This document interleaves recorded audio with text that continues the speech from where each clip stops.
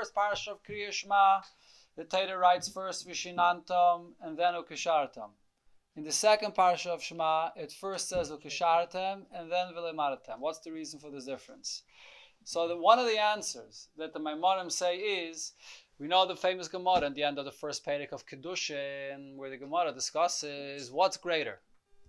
Learning Torah is greater, or doing mitzvahs is greater? Talmud Gadol or Maisa Gadol? The conclusion of the Gemara is Talmud Gadol.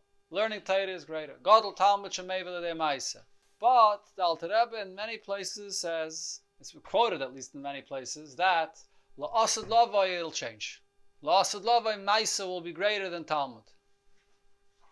And what's one of the places where you see this idea? That La'asad Lavai Maisa, the action, mitzvahs, will be greater than learning Torah. Right here, that's the reason why the Torah changes the order. In the first parsha, the Torah is talking about the order, the way it is Bizman Hazeh. That learning Torah comes before putting on tefillin. That's the normal seder. Most of a person's day, when he has time, should be occupied learning Torah. It has an advantage over doing a mitzvah. In the second parsha, it's talking about La'asad Lavai. La'asad Lavai, then Ukishartem comes before Lamaratem, because then Maisa will be Gadol, Maisa will be the greatest thing. There's many different kufas, La'asad Lavai. So when exactly will that change? As soon as Moshiach arrives, this concept of Maisa Gadol will be the new standard. Maisa Gadol and not Talmud Gadol like Bizman Hazeh. There's a sikha where the Rebbe says a very interesting hesber to this concept of Maisa Gadol, La'asad Lavai. The Rebbe writes, what's the reason why La'asad Lavai will be Maisa Gadol? The Gemara says, Gadol Talmud Shemei V'Ladei Maisa. If you want to know how and what to do, you have to learn first. If you don't learn, you don't know.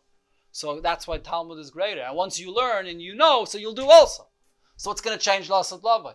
So the Rebbe brings the famous medrash that says that La'asad Lavai, if a person is going to try to pick a te'ena from the tree on Shabbos, the Shabbos itself, the tree itself will tell him that it's Shabbos today, not allowed to pick the te'ena. Which means so the Rebbe says that this doesn't only mean this specific example, but it means that La'asad Lavai, anything that will be forbidden, it'll be something that the person will feel, will sense right away, automatically, that this is an Aveda. How can I do such a thing? The Lashon of the Sikh is that in this time period, when Mashiach comes, that when the Darfen ankommt zu limud Hilchos Shabbos. So for example, you won't have to learn any Hilchos Shabbos. Why not? Kedei to das Zumenei sein, in order not to be Machal Shabbos. Al derech, for example, wie a Pitzel Kind, steckt nicht rein sein Hand in fire. Even a little child, you have to teach him that he shouldn't put his hand into fire. He gets close to the fire. It's boiling hot. He doesn't put his hand into fire. Und a Behemoth springt nicht rein in fire. Even a Behemoth doesn't jump into the fire. So when Mashiach comes, the reason why Maisa will be Gadol is because there'll be no reason to the limud will not be necessary. Like Bizman Hazeh, there will be an union of limud on a different level. But the Gadol Talmud Shemei V'Ladei Maisa, that won't be necessary. So here we're talking about a time period, a much later Tkufa in Yemaisa Mashiach, when Maisa will be Gadol on this level, that even a child will be margish, just will sense this automatically.